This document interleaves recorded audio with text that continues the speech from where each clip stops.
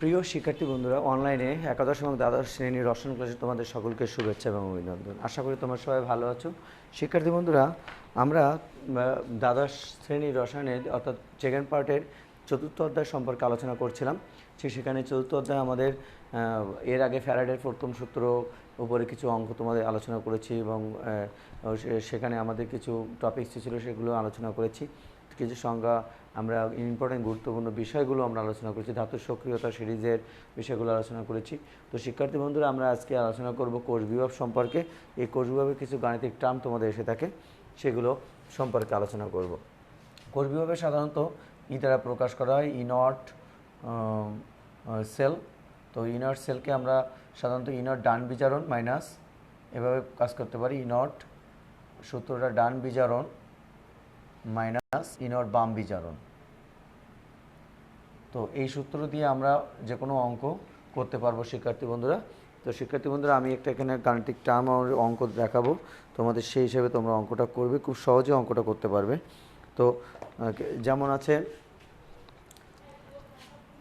একটা পাত্রের মধ্যে, জিঙ্কের পাত্রের মধ্যে, এটা জিঙ্কের পাত্র, তার ভিতরে লঘু H2SO4 আছে।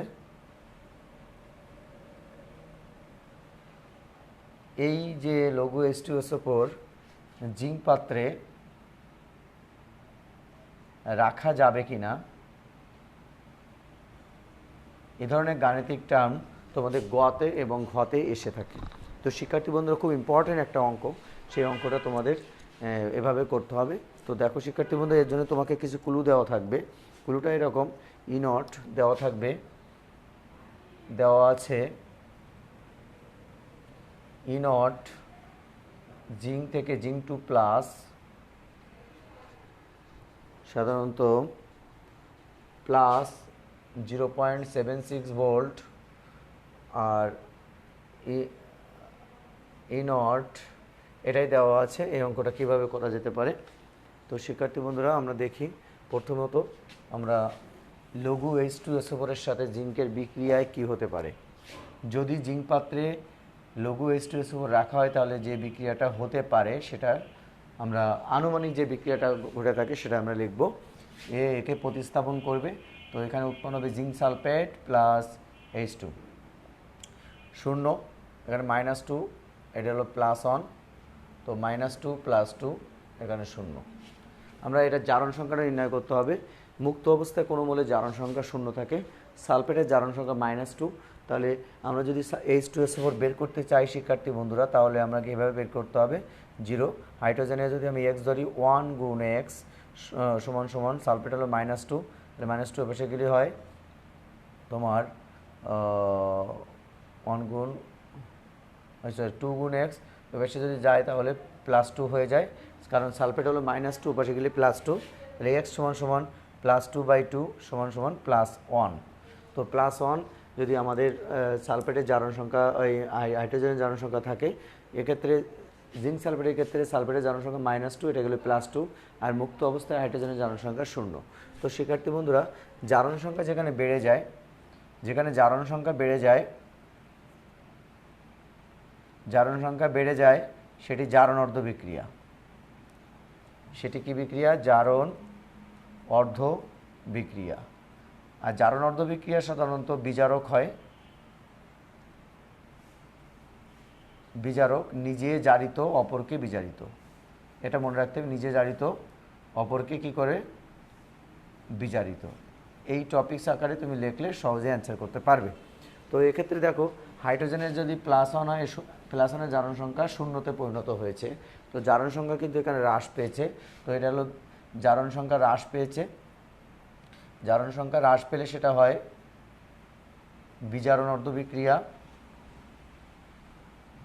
বিজারণ অর্ধ বিক্রিয়া, জারক নিজে বিজারিত আর অপরকে জারিত। তো শিক্ষার্থী বন্ধুরা, এই টপিকস অনুসারে আমরা করলে সহজেই অঙ্কটা করতে পারবো। তো দেখো, এবার আমরা কি করি।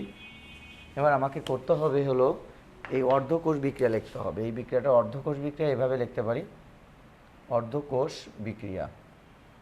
তো অর্ধকোষ বিক্রিয়া প্রথমে জারণ অর্ধকোষ বিক্রিয়া, জারণ অর্ধকোষ বিক্রিয়া। তো জারণ অর্ধকোষ বিক্রিয়া জিঙ্ক থেকে জিঙ্ক 2 প্লাস, তো জিঙ্ক দুটো ইলেকট্রন ত্যাগ করলো, জিঙ্ক 2 প্লাসে পরিণত হয়েছে, তো সেক্ষেত্রে 2E মাইনাস। এবার হলো বিজারণ অর্ধকোষ বিক্রিয়া। বিজারণ অর্ধকোষ বিক্রিয়া কি বলছে? বিজারণ অর্ধকোষ বিক্রিয়ায় এইচ প্লাস থেকে একটা ইলেকট্রন গ্রহণ করে এইচে পরিণত হলো, কিন্তু এইচের সংখ্যা এখানে দুটো আছে, তাই দুটো এইচ মিলে 2H-এ পরিণত হলো। এক্ষেত্রে যদি আমরা পূর্ণকোষ বিক্রিয়া লিখি, দেখো শিক্ষার্থী বন্ধুরা, যেহেতু জিঙ্ক দুটো ইলেকট্রন ত্যাগ করেছে, এইচ প্লাসেও দুটো ইলেকট্রন গ্রহণ করতে হবে, তাহলে ইলেকট্রনে কিন্তু একটা সমতা চলে আসছে। আর ইলেকট্রনের সমতা না আসলে জারণ অর্ধকোষ এবং বিজারণ অর্ধকোষ বিক্রিয়া সম্পূর্ণ হবে না। একটি বিক্রিয়ায় যে কটা ইলেকট্রন ত্যাগ করে সেই কটা ইলেকট্রন অপর পরমাণু বা মৌল বা আয়ন সেই কটা ইলেকট্রন গ্রহণ করে, তখনই একটা পূর্ণ জারণ বিজারণ বিক্রিয়া সম্পূর্ণ হয়ে থাকে। তো শিক্ষার্থী বন্ধুরা, এটা যদি আমি পূর্ণকোষ বিক্রিয়া হিসেবে চিহ্নিত করি, পূর্ণকোষ বিক্রিয়া, তো আমরা এভাবে করতে পারি, জিঙ্ক থেকে জিঙ্ক 2 প্লাস, জিঙ্ক সলিড থেকে জিঙ্ক 2 প্লাস অ্যাকুয়াস, লবণ সেতু দ্বারা, এটাকে লবণ সেতু বলা হয়, দুটো দাগকে, তারপরে আমরা এখানে 2H প্লাস অ্যাকুয়াস থেকে আমরা 2H গ্যাসীয় অবস্থানে পরিণত হলো। তো এইভাবে আমরা পূর্ণকোষ বিক্রিয়াটা লিখলাম। তাহলে একটা বিক্রিয়া ফুলভাবে যখন করা হবে এভাবে করবে, তারপর তার জারণ অর্ধকোষ বিক্রিয়া এবং বিজারণ অর্ধকোষ বিক্রিয়া লিখবে, তারপর তার পূর্ণকোষ বিক্রিয়া তুমি লিখে ফেলবে। এরপর লেখার পরে তোমাকে যে পরের ধাপটা অবলম্বন করতে হবে সেটা তোমাকে বলছি। দেখো শিক্ষার্থী বন্ধুরা, সেটা হলো এরপরে আমরা কোষ বিভব, আমরা সূত্রটা লিখব, কোষ বিভব সমান সমান কোষ বিভব ইনট সেল সমান সমান ইনট ডান বিজারণ মাইনাস ইনট বাম বিজারণ। তো ডান বিজারণ আর বাম বিজারণ দিব। তো ইনট ডান বিজারণের বিষয়ে আমাদের পূর্ণকোষে দেখো শিক্ষার্থী বন্ধুরা, তোমার হাতের ডান অংশ কিন্তু এটা রয়েছে, তোমার হাতের ডান অংশ এটা রয়েছে, তাহলে এটাকে লিখতে হবে। এখন দেখতে হবে এটা বিজারণ না জারণ লেখা আছে। দেখো শিক্ষার্থী বন্ধুরা, 2H প্লাস থেকে 2H রয়েছে, তো এটা জারণ সংখ্যা প্লাস থেকে শূন্যতে এসেছে, অর্থাৎ জারণ সংখ্যা হ্রাস পেয়েছে, সুতরাং এটা বিজারণ বিক্রিয়ায় রয়েছে। তো ইনট ডান বিজারণ, তাহলে 2H প্লাস থেকে 2H। এরপর দেখো ইনট বাম বিজারণ, অর্থাৎ এখানে কিন্তু বাম অংশ রয়েছে, কিন্তু এইখানে বিক্রিয়াটায় কিন্তু জারণ অংশ রয়েছে, জিঙ্ক থেকে জিঙ্ক 2 প্লাস, মানে অর্থাৎ জারণ অংশ রয়েছে, এটাকে বিজারণ বানাতে হবে। তো বিজারণ বানাতে গেলে এটা যেখানে জারণ বিক্রিয়া যা রয়েছে বিজারণ বিক্রিয়া তার অপোজিটটা হয়, তাহলে জিঙ্ক 2 প্লাস থেকে এখানে লিখবো আমরা মাইনাস ইনট জিঙ্ক 2 প্লাস থেকে জিঙ্ক। এটা হলো আমাদের বিজারণ অর্ধকোষ বিক্রিয়া। তাহলে দুটোই কিন্তু ইনট ডান বিজারণ আর ইনট বাম বিজারণ লিখলাম। তো শিক্ষার্থী বন্ধুরা, এবার কথা হলো এবার মান বসাতে হবে আমাকে। তো মানগুলো আমি বসিয়েছিলাম, এখানে বলেছিলাম যে ইনট জিঙ্ক থেকে জিঙ্ক 2 প্লাস, এখানে প্লাস 0.76 ভোল্ট। তো আমাদের এটার মান কিন্তু দেওয়া নাই, তবে শিক্ষার্থী বন্ধুরা এটা তোমাদের মনে রাখতে হবে নোট দিয়ে। হাইড্রোজেনের প্রমাণ বিজারণ জারণ এবং প্রমাণ জারণ বিভব এবং প্রমাণ বিজারণ বিভবের মান সবসময়ের জন্য 0 ভোল্টেজ, এটা কমন থাকবে। হাইড্রোজেনের প্রমাণ বিজারণ বিভব এবং প্রমাণ জারণ বিভবের মান সবসময়ের জন্য 0 ভোল্টেজ। তো শিক্ষার্থী বন্ধুরা এখানে 0 লিখলাম। এখন কথা হলো দেখো এখানে জিঙ্ক থেকে জিঙ্ক 2 প্লাস দেওয়া আছে, কিন্তু এখানে মান দেওয়া আছে, এখানে সূত্র দেওয়া আছে জিঙ্ক 2 প্লাস থেকে জিঙ্কের। তো সেক্ষেত্রে আমাকে কি করতে হবে, এখানে যে মানটা রয়েছে তার অল্টারনেটিভ মানটা বাড়াতে হবে বিপরীত, তাহলে মাইনাস প্লাস 0.76, প্লাসের জায়গায় কী হবে মাইনাস হবে, কারণ আমাদের চিহ্নটা পরিবর্তন হয়ে যাবে, 76 ভোল্ট।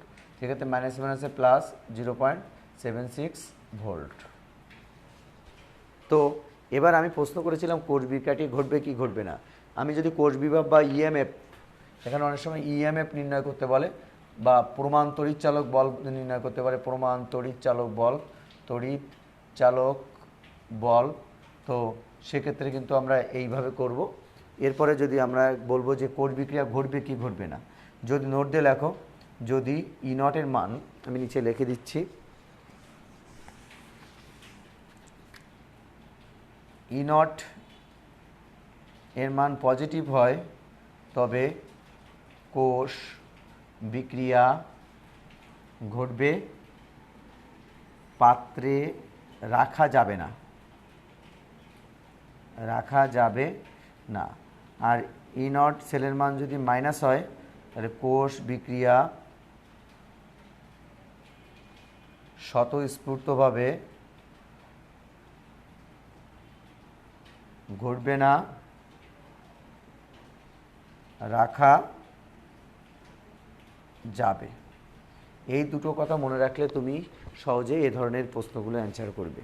তো শিক্ষার্থী বন্ধুরা, তড়িৎ রসায়নের যে টপিক্সটা থেকে তোমাদের ঘতে প্রশ্ন আসে বেশিরভাগ ক্ষেত্রে এই ধরনের অঙ্কগুলো তোমাদের আসে। তাই এ ধরনের অঙ্কগুলো যে বিগত বছরে বোর্ডে যে অঙ্কগুলো আসছে তোমরা এই জাতীয় অঙ্কগুলো করবে সবগুলো, এবং আমাকে করে যেটা সমস্যা থাকে সেটা আগামী ক্লাসে অবশ্যই জানাবে। তো শিক্ষার্থী বন্ধুরা, সবাইকে অনেক অনেক ধন্যবাদ আজকে থাকার জন্য। আগামী ক্লাসে আমন্ত্রণ জানিয়ে আমি এখানে শেষ করছি। থ্যাংক ইউ সবাইকে।